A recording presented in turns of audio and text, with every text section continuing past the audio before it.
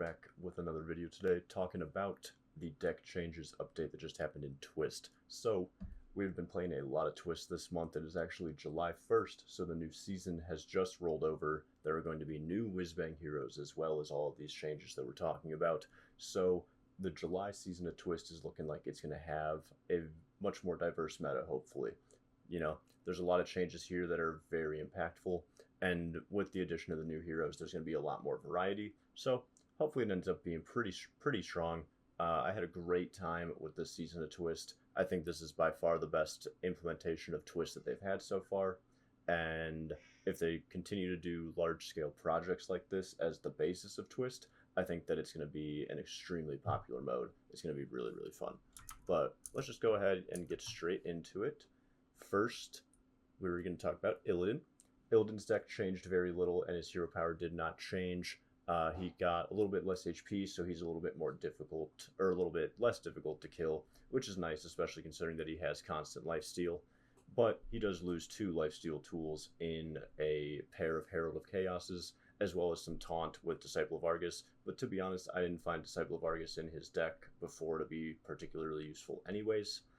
So not really that sad to see him go. Switching them out is going to be 2 copies of Security. Nice, decent early game card. Fine with that.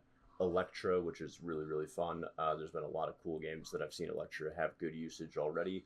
Works really well with stuff like Fan the Hammer to clear the board, deal a million damage, stuff like that. And then a copy of Zai the Incredible, who I haven't seen him used yet particularly well, but he's always been fun. He's a really interesting legendary, and, if any mode's going to have him, this is a good mode to have him in. So pretty happy with that, all those changes. Why are we not moving on to the next one? There we go. Next we have Alakir. So Alakir's deck actually increased the amount of cards he has so that he's a little bit less consistent. Alakir was really strong prior to this patch, and so this should hopefully make him a little bit weaker. He loses Therazane, which was absolutely insane. So that's a nice change. And along with that, he loses a pretty mediocre 3-drop that no one really cared about, and Elemental Evocation, because it's a really high rolly card. It allows for, his deck to get out a very strong threat with an additional legendary evocation really, really too early sometimes. So very good removal there. Instead, it gets a little bit of early game tools with Crystalline Oracle, Prismatic Elemental, both really strong, especially in this format. They really seem to like putting Prismatic Elemental in this format, which I'm fine with that being one of our staple 2-drops. Makes for a good time, lots to discover. Scorch for a little bit of removal. I like Ragnaros Lightlord. Can combo, if you're going to be behind and you need health from your Legendary Evocation, this is another way to get some health too. I like the fact that you have options that let you double down on options, So with Ragnaros, you can double heal if you need to. With Alakir, you have charge damage plus like 6 face. So that type of interaction I dig in this kind of deck. So Alakir looking pretty strong still. Not too worried about his viability going forward, but a little bit weaker because of Therazane and a little bit less super high roll potential, which really good. Brings him more in line with everybody else. Next we have Leroy. Leroy loses a little bit of HP and loses Divine Favor, which, thank God, Divine Favor should never have been printed and really shouldn't even ever be put into a format again. Divine Favor is one of the most controversial cards in the entirety of Hearthstone's history. So glad to see it go. Blessing of Wisdom was basically useless, and 4 Kael'thas I can take or leave. Instead we get Power Word Shield, Rokara, and Onyx Bishop, neither of which are going to be particularly important, I think. Rokara could definitely be the most impactful out of them, but the other 2 are just kind of filler cards to make Leroy, more or less the same power level. He was pretty much fine. I am always so happy to see Divine Favor leave a format, and so thank God for that. Next we have Kael'thas. Kael'thas I have the most experience with out of any of the decks during the June season, and it's really nice that he's getting more cards added, so he's a little less consistent. Your early game was pretty consistent, and so even though you're getting more early game tools, at least the play pattern is going to be a little bit different, so that's nice. We get Symphony of Sins added, which is incredible. Symphony of Sins is like by far one of the most blowout cards in the deck now. It's absolutely insane. I'm kind of surprised that they put it in since Kael'thas was already fairly strong and fairly popular. But now I think it's going to be much stronger. And in the same vein, Marin is also absolutely incredible in the deck. And Marin's been just a tear in every format right now, including Standard. So I really think Kael'thas is going to remain powerful, even though it's slightly less consistent. And we also lose two of our least important cards in Blast Wave and Mana Cyclone.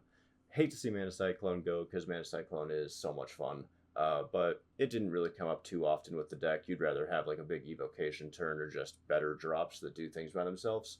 And then Blast Wave, 5 mana for 2 damage is not worthwhile. So glad to see it go. Someone's a little loud. I think you guys will be able to hear the meows. Next we have our first class that's actually getting their hero power updated. So both, or actually it's Cthulhu, Dr. Boom, and Guff got their hero powers reworked. And so Cthulhu, instead of triggering every 2 death rattles, I believe it triggers every 3, or every 2 minions that die. It now triggers every 3 minions that die, but instead of being +1/+1 to your Cthulhu, it's +2/+2. So it messes with the scaling a little. I don't see it being particularly impactful, to be honest. It's kind of mediocre. But what is really important is that we lost a lot of the shitty cards and got them replaced with real cards in the deck. So Forest Seedlings, Wicked Shipment, Frostwolf Kennels, Imp Gang Boss, Glowfly Swarm, and you could kind of put Twilight Darkmender and the Ancient Shieldbearer in this pile too. These are all cards that were put into this list before that are just too slow, not impactful enough. The deck doesn't work around them well. Like, why do I have Glowfly Swarm? I get that I have a lot of little spells, but I don't have an entirely spell-based deck where it's going to be a full board. So sometimes you're paying that to make like 3 2/2s. You have a lot of minions that their stats just suck, so you never really were able to get anywhere. And like, yeah, you could spam some tokens sometimes, but a board of 1/1 is only going to get you so far. Now, instead, we have a little bit of reload, some defensive tools, one of the best spells in the game, as well as another board buff to actually make our, horde of 1/1 somewhat useful. So, Mark of the Lotus, Sneaky Snakes, Eyestalker Cthulhu, Saddle Up, Spreading Plague, Scale of Onyxia. These are massive upgrades for this deck, and so I still don't see it being particularly viable. I think there's just so much AoE that it's difficult to make some sort of like Swarm deck really, really work. But Patchwork's out of the format. There's no Dirty Rat in the format. So your Cthulhu that starts in your hand is not going to be taken out of your hand by any means. And so maybe it becomes quick enough to tempo out with a, turn 8 Cthulhu. I think that's the real implication of the hero power being changed, is that potentially now your Cthulhu is bigger earlier so that you can actually play it as like a tempo drop instead of having to rely on it being a 1-turn kill. You just, no matter what, maybe the game plan is try to drop it on 8, try to drop it on 9. So could see Cthulhu come back into the meta a little bit. He was probably the worst class, as evident by the fact that he originally got buffed up to 80 health compared to everyone else who was around 30. So I'm going to say Cthulhu's in a better spot, hopefully. Next we have Nozdormu. Nozdormu has very few changes. Basically they just added some cards to his deck that fill out roles that were kind of necessary, honestly. Bronze Explorer should, it's a very basic card to put in the deck. You're a dragon deck, so you're going to want a lot of dragons. Lifesteal is a good keyword, totally fine. And then we get a little bit of mid-game defensive tools, which is really what you were missing before. You had plenty of mid-game options, but none of them were particularly good at keeping you alive. So Daring Drake with Rush and Twilight Guardian with Taunt both do that pretty well. We get Chill Maw just as another AoE, which is always solid. This deck has Dragonfire Potion, has Malagos Aspect already. So like you have some options there to get some good removal, but another big AoE is never bad. And then Crowd Roaster just fits in super well. So Nozdormu was already in a solid spot. I would put him in easily the top 5 classes. And now he got, I would say, a little bit stronger. So I think we see Nas still continue forward into July. Lich King. Lich King has a lot of changes. As you've seen, probably most of the lists in this format have been singleton, and the old Lich King deck was one of the few that was not. And so it is now a singleton deck. That helps a lot in this format, I think. Everyone's doing crazy stuff, so you don't want to be doing crazy stuff and also have some decks just inherently be more consistent than others. You'd rather have games go a little bit long. You'd rather have a little bit more, kind of random shit going on so that games, you have time to actually experience whatever your hero's trying to do. Some characters take a little bit longer to get going. Some characters do better in the late game. The entire point of the mode is you want to play with, new passives and hero powers and treasures and shit that you don't normally get. So it makes sense that every deck wants to be at a similar power level, and having a bunch of singleton decks versus essentially one or two non-singleton decks in the entire format just didn't make any sense. So thematically and balance-wise for the format, I think this is very, very important. Deck-wise, we're not really losing anything that important.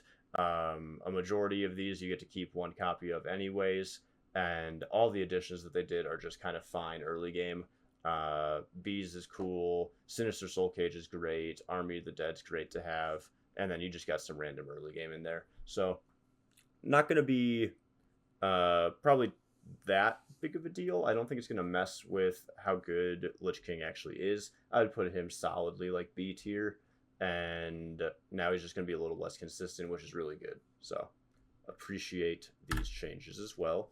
Really quick, since we had this slide a little earlier than I expected, there were 3 characters that had absolutely no changes at all, so outside of their health. And that's Archvillain Rafam. He has 10 more health and no deck changes. Zyrella has 2 extra health, and Patches has literally nothing changed with him at all. Next, we have Sir Finley Murgleton, our Murloc Rush boy. We're really not seeing anything too noteworthy here. Basically, they just got rid of the absolute dogshit cards and gave us some better options. They took out a bad weapon in Underlight Angling Rod and gave us Painter's Virtue, a much better weapon. They got rid of Imprisoned Sun Gill and this guy, Grimscale Chum, that I put in Spanish for some reason. Both of them were like the worst one drops in the deck, so that's fine. Get rid of them, put in something useful. I do kind of see, a little sad to see Murmy go. Murmy makes sense. Embalming Ritual didn't come up very often, not good at all. And I don't know, you could have kept Cookie, I think.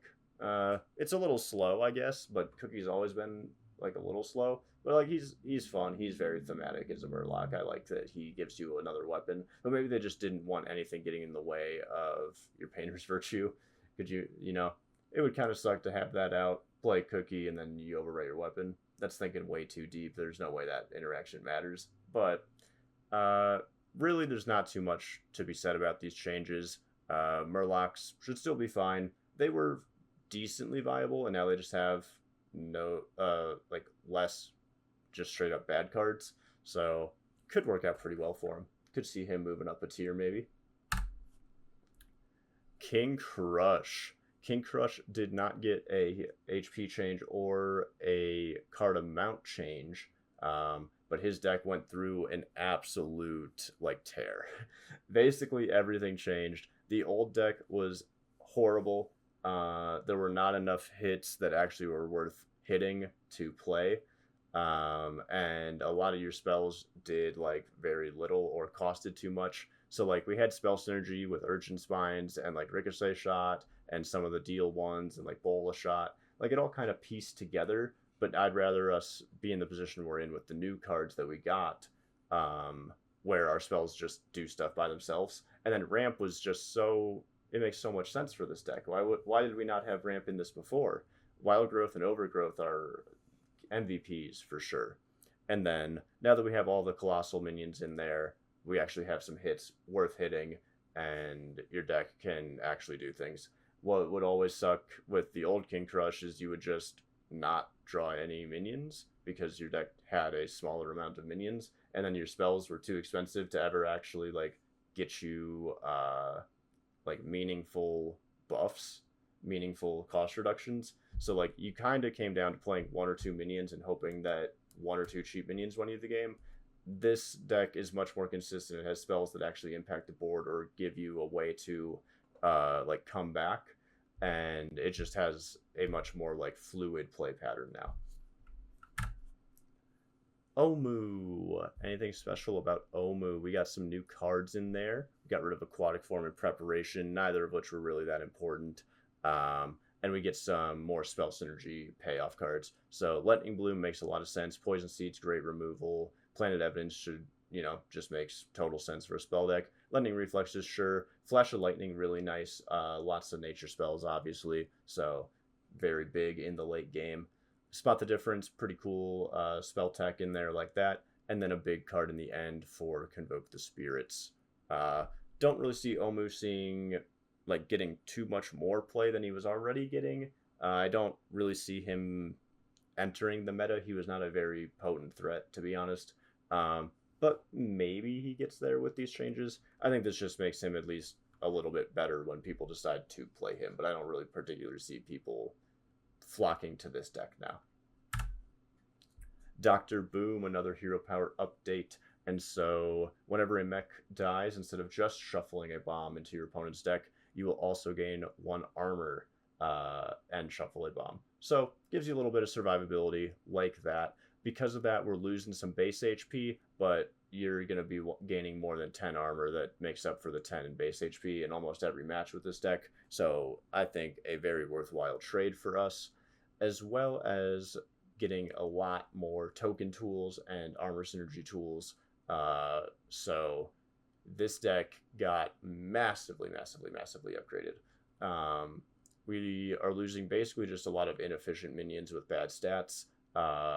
We're missing Brawl, which kind of sucks, but we're trying to be kind of a tempo-y deck anyways, and so Brawl was a little out of place. Instead, we have more of the tempo-based removal tools, such as Shield Shatter, Reckless Flurry, Bash, things like that. Part Scrapper makes a lot of sense as a card to put into this list. Surprised that it didn't make the cut before. And really, the only card that I'm really gonna miss out of the ones that left is like potentially Ziliax comes in clutch sometimes. I always loved Power Mace, so anytime that I get to play with Power Mace, that was fun. So rest in peace, little buddy weapon. But Dr. Boom is going to be much better off for these changes. Could actually see him definitely being worth playing now. He was pretty bad before. I'm trying to think if there was ever a time where he really gave me issue, and nothing's coming to mind. Now we have probably my favorite change, Zul'jin. Zul'jin got so much better.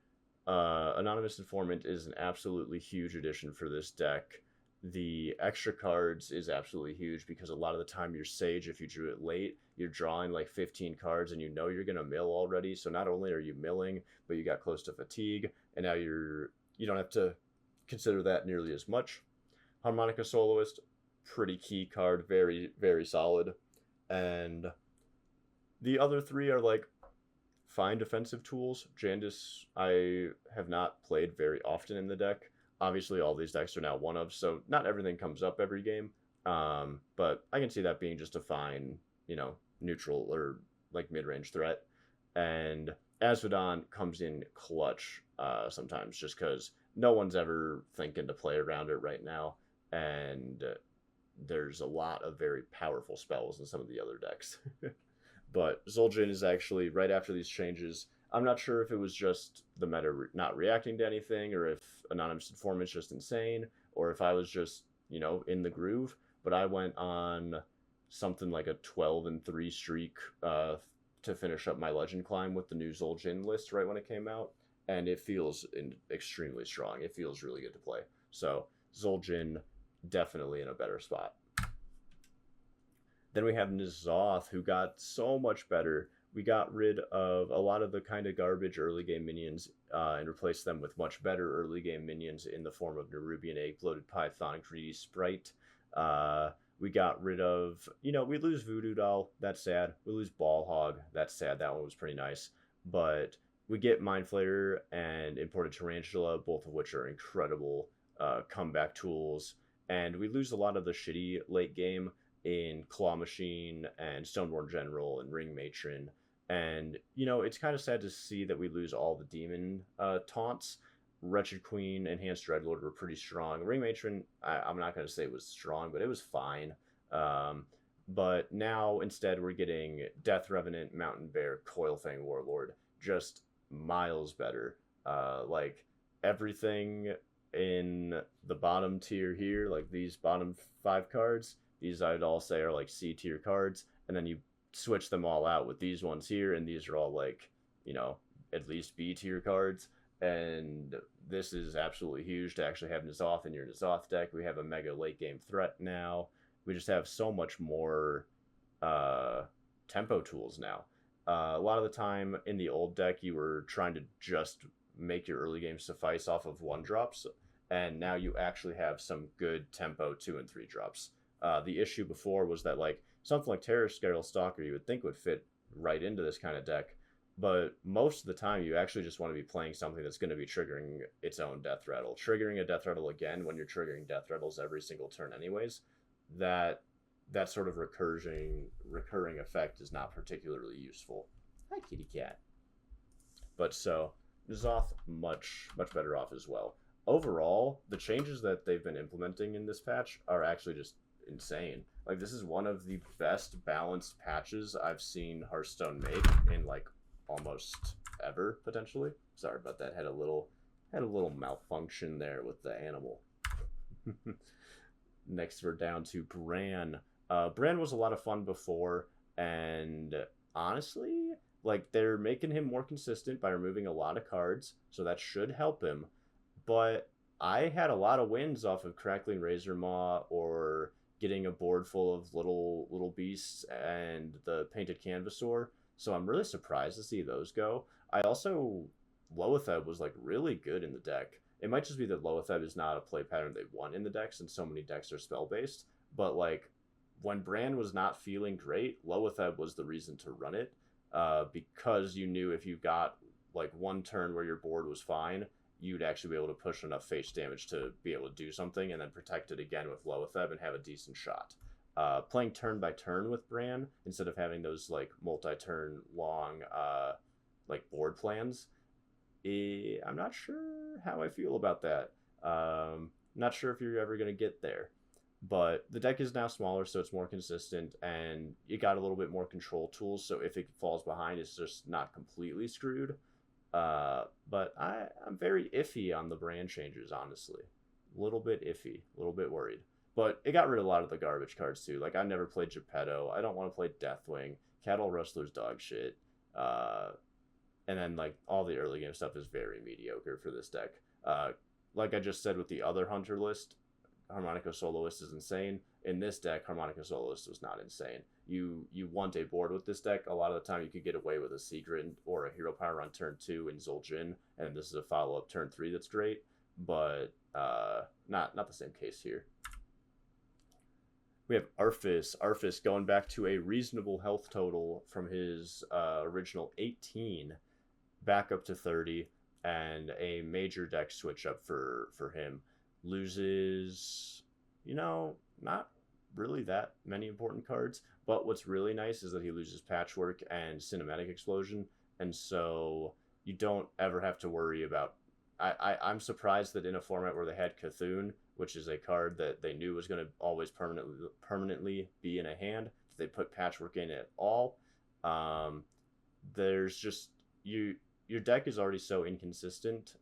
This goes for most decks, now that they're all Highlander. Your decks are so inconsistent that Patchwork removing so much and potentially, like, 2 of your important, like, only 4 or 5 cards in your deck, it was just so swingy that it was not healthy. So very glad to see Patchwork go. And then in the same vein, one card that just wins you the game by itself, I don't think lends itself very healthily to this format. And so, like, going for just a really long game and then Cinematic Explosioning someone was not a fun play pattern to be against. Not that Arphis games go long anyways, so that you can also say that it's good to get rid of because you never got to play it. But I think that the changes overall are fine. I don't see Arthas being much less powerful. And now he's back up to 30 HP instead of 18. So I've got to be missing something. He's missing, like, he's losing some early game drops, and then he's missing Pile of Bones. Pile of Bones is, a nice recurring threat that we don't have to deal with anymore. So maybe just the lack of early game minions will help. We do lose a lot of early game minions that had runes here. And so now that we have minions in the early game that don't have any runes at all, that don't progress the quest, that might be enough tempo loss that, games can go a little longer. But Arthas was such a menace in the beginning parts of this season that I'm a little bit skeptical that this will be enough. But that might just be us being, afraid of monsters under the bed. Next we have Guff, another new hero power. So he got +1 used per turn, essentially. So you were already able to use it twice a turn. You can now use your hero power 3 times a turn. And that should help a little bit, especially when you have stuff like the Fellfire Deadeye that reduces the cost of it so it's free. Then it's just obviously so much better. It's just extra damage. And it's going to work really well with the additional cards of Dread Prison Glaive and Horn of the Windlord, rather. So it seems like a much stronger change. The issue still being that I just never saw a reason to play Guff over anything else anyways. One idea that I have for a video that I think I'm going to do, especially since in the July season we're getting another set of like 8 new heroes, I'm going to do just a game with each hero. So at least we have a small amount of experience with everything, and then everyone, we have just the documentation of what everything did. So maybe this change is like huge, but I didn't have any experience with Guff really going into this entire month. And so with the changes, I'll give him a shot, but hopefully he's just a little bit better. It seems like the cards we lost don't really matter. Savage Striker always sucked. Papercraft Angel, actually kind of surprised to see go. Since we had Fellfire, like they just works, they're essentially the same card. So maybe it was too consistent having 2 copies of that. Deathmatch Pavilion sucks. Silithus Swarmer sucks. Glaive Shark's probably too slow. Puffer Fist is a little sad to see, but there's not too many Floods of 1/1s, so very, very mediocre changes. I don't know. Like I said, I don't have enough experience with Guff to really be able to say, but he got changed a bit. And that is every single class. So just wanted to do this just so we have a small idea what the meta kind of looked like at the end of the June season. Going to be doing a video with all of my stats for the month of June for Twist coming out pretty soon here, as well as doing a video covering all the new heroes that get added in the July season. I want to conclude this video by just saying that Twist this month has been a great experience, and while the constant changes to HP I didn't really pay attention to, I didn't feel the impact of very much. I'm sure that they have enough data that they're able to determine that they actually mattered, and they did do essentially weekly health changes to try to keep things a little bit more in line. I am surprised that such a big change like this came so late into the season, but it's better late than never.